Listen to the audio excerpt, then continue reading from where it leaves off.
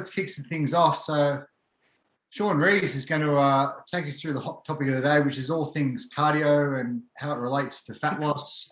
So he's got a good little spiel. I'll just keep an eye on questions and stuff in the chat box, or otherwise you can yell them out, obviously. And then we'll leave some time at the end for questions on the topic or questions about anything, really. So with no further ado, let's go, Sean Rees. Yeah. Thanks, guys. So yeah, what I'm going to do is talk about the 3 most common mistakes that I find people do in terms of using cardio as a fat loss tool. And a little thing I want to chuck in here at the start before I get into it. I understand this next sort of 8 to 10 minutes is a little bit negative. And I don't want you all thinking that you've seen that photo of me doing the marathon and you've got that filter of Sean's bad at cardio, he doesn't like cardio. This is not where this is coming from. I do understand that cardio has a very important place for health. If you have a high cardiorespiratory fitness, the direct result of that is low risk of cardiovascular disease. And then when this one drops, the higher risk of cardiovascular disease goes up. I'm fully aware of that. For the next 10 minutes, I just sort of want to talk about cardio and the mistakes that could be made whilst trying to lose body fat. So is that cool? Any questions? No questions? With that being said, rule number 1, okay? So probably the most in your face rule, I guess, and that's using cardio as the answer to weight loss. So why do I say this, all right? So you're feeling a little bit sluggish, a little bit heavy. You think, what am I going to do? I'm going to do 3 cardio sessions per week, and that's going to get me to where I want to go, all right? I'm going to hit the treadmill 45 minutes, 3 times a week, and do nothing else, right?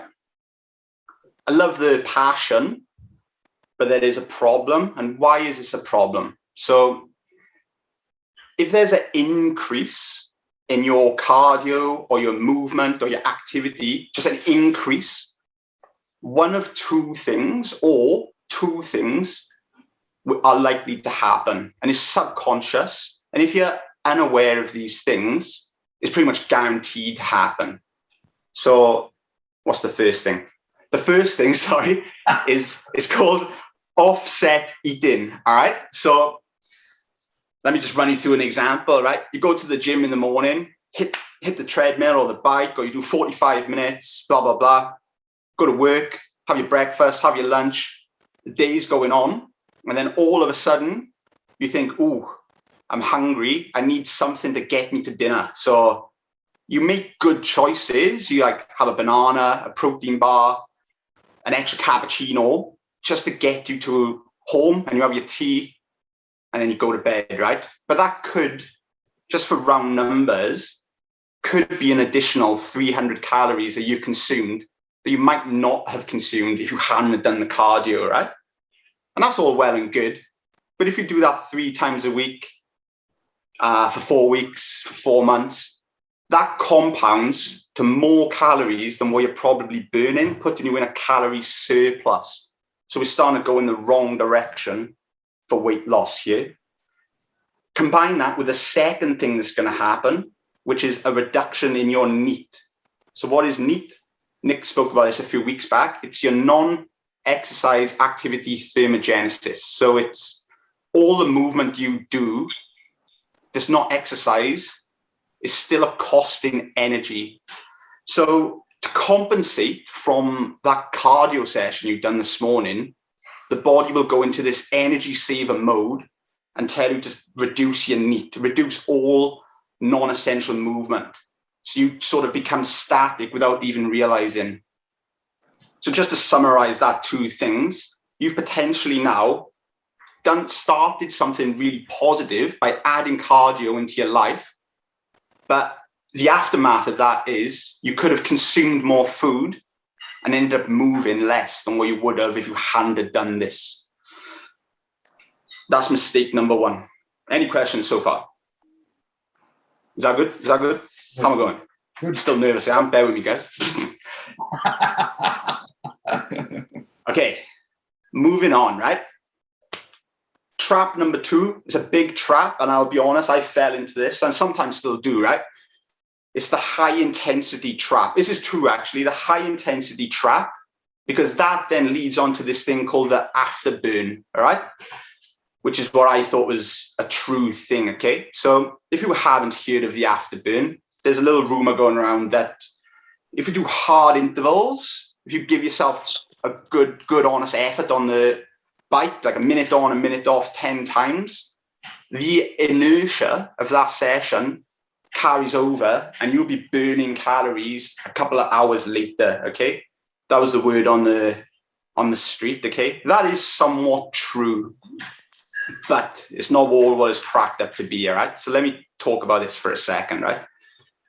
So if you don't know, cardio, you're going to split it into two halves, right? You got long, slow distance, or LSD, or high intensity interval training, HIIT, all right? The sort of thought that intervals or high intensity burns more calories is a little bit misleading, because 100 calories of intervals or 100 calories of long, slow distance is still 100 calories. When you're on a fat loss protocol or fat loss journey, it's sort of irrelevant how fast you lose them calories, as long as you've put a dent in the calories. So that's the first sort of gray line, if you will. The second is the afterburn, right? And I want to talk about a little study here that was done in 2010. They had 50 participants do 90 minutes of hard, intense exercise. So a minute work, a minute rest, 45 times, okay? They were monitored for 7 hours from the minute they stopped the exercise. And after 7 hours of the intervals, they only burned an additional 80 calories. So what does that say for the afterburn effect? Gabe, you like this one? It's like a date with Nicholas Chapman. It's not all what it's cracked up to be. Huh? You like that? That's good. Look, in the defense, right? So what I will say, right? What I will say, it's not all doom and gloom, right? Interval training has got its perks. It's a little bit more enjoyable. It's like a little bit more bearable. Sort of play games with yourself if you've got a desired calorie target that you want to hit. And also, it's far more time efficient. Like we all our clients here, like, got jobs. You can't be doing cardio for 3 hours a day. You can come in, burn 100 calories in 20 minutes and leave. And that's awesome. That's great. The only negative I can sort of think of is if you poorly time your interval session, it could have a negative effect on your strength session. So if you are going to do strength and intervals in the same day, do it in that order. Do strength first and then intervals. Don't do intervals first, then strength, because you're probably going to impact your performance in the weights section. That's trap number 2. Are we going good or what? Yeah. We all good? Yep. Right. Third and final mistake, okay? All right. Again, I fell for this trap before, and it's banking or relying on burning more calories when you're fasted or in a fasted state, okay? So I don't know if anyone's heard this or if I'm just spreading rumors, right? But there is a thing that you burn more calories when you're fasted, all right? That is somewhat true again, but it's only true if you are the top 1% performing athlete, if you're an elite bodybuilder, a professional athlete, blah, blah, blah, right? Top 1%. For everyone else like us, it's not really the be all and end all, okay? And I'll help you out here. Another study, right, in 2013, it had 100 participants do 1 hour of fasted cardio every day for a month, right? And the results found that the fasted cardio did not influence any weight loss changes or any changes in people's lean body mass. It was just decided that a meaningful and manageable calorie deficit is far more important than doing cardio if you're fasted or fed. That's interesting, yeah?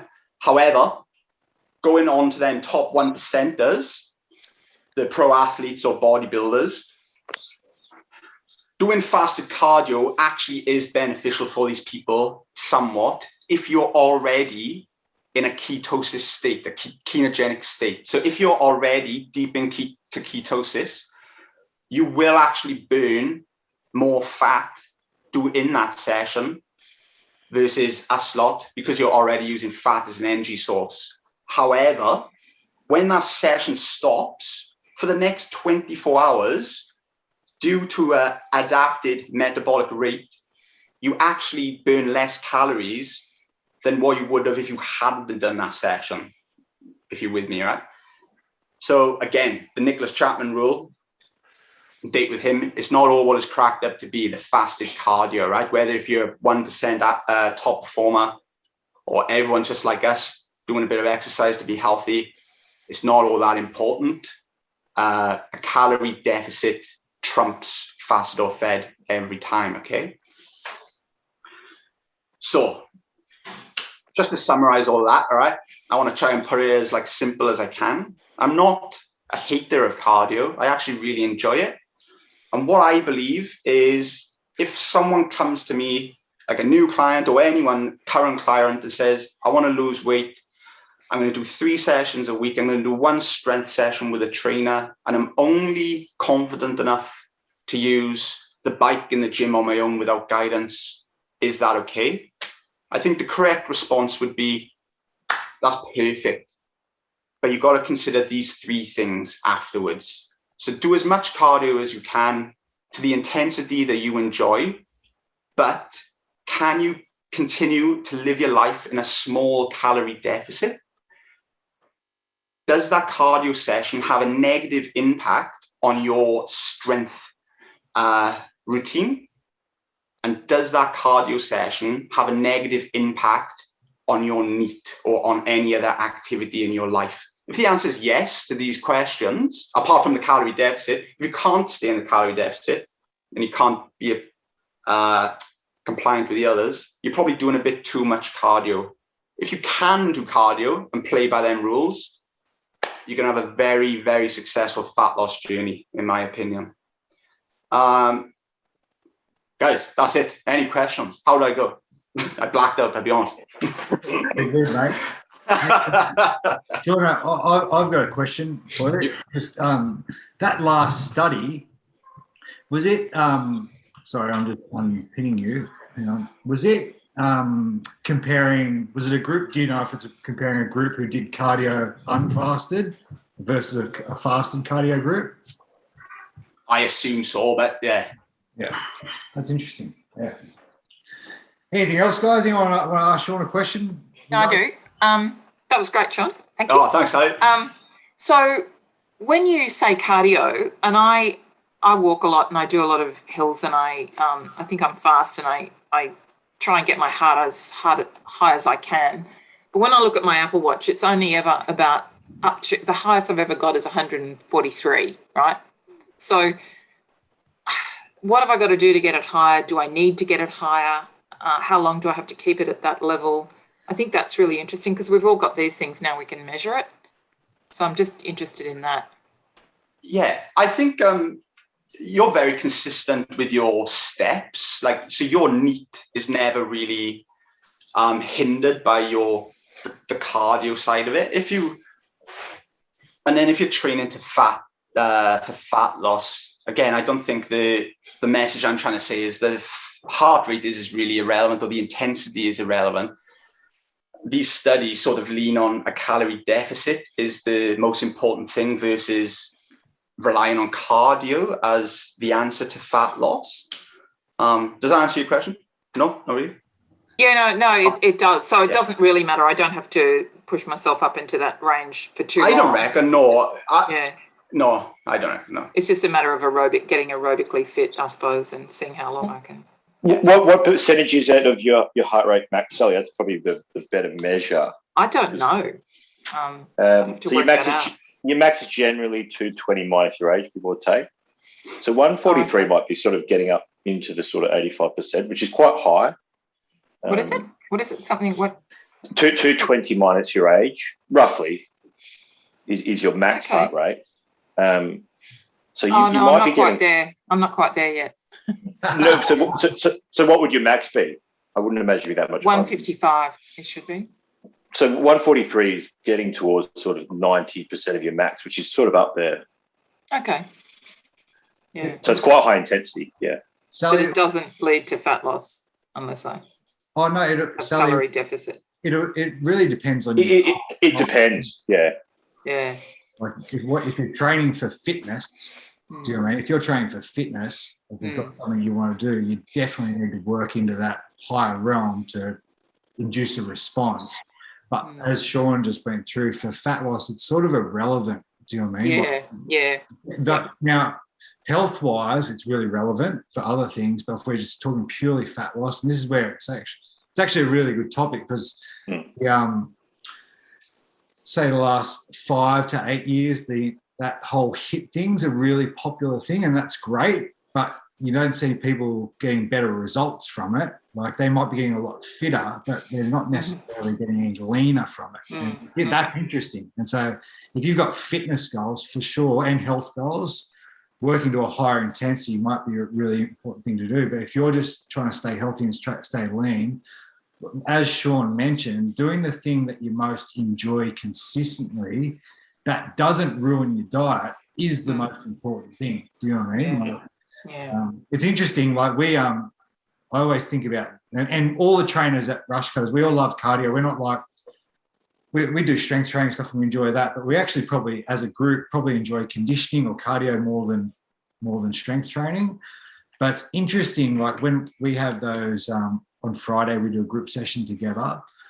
And it's the hardest session for us, both individually as a group, for the week. Like it's high intensity, and none of us eat well after that. Like no matter how disciplined we are trying to be on that day, it's funny, the texts are going around at Friday night or Friday afternoon, and everyone's just like off the wagon hard. Because if it's really hard to maintain, like especially if you've been dieting for the week and being fairly good, and then you go into that realm that's so far ahead of where your current fitness is, the metabolic stuff that's happening inside, just you crave foods, and that's especially glycogen and sugar and all that. Yeah. Okay, that's interesting. Good question. Anything else, guys? Just one thing on the fasted cardio, it's sort of, you've got to actually, and I only learned this maybe a couple of weeks ago, to actually start burning fat, you've got to go above about 90 minutes because most people have glycogen stores.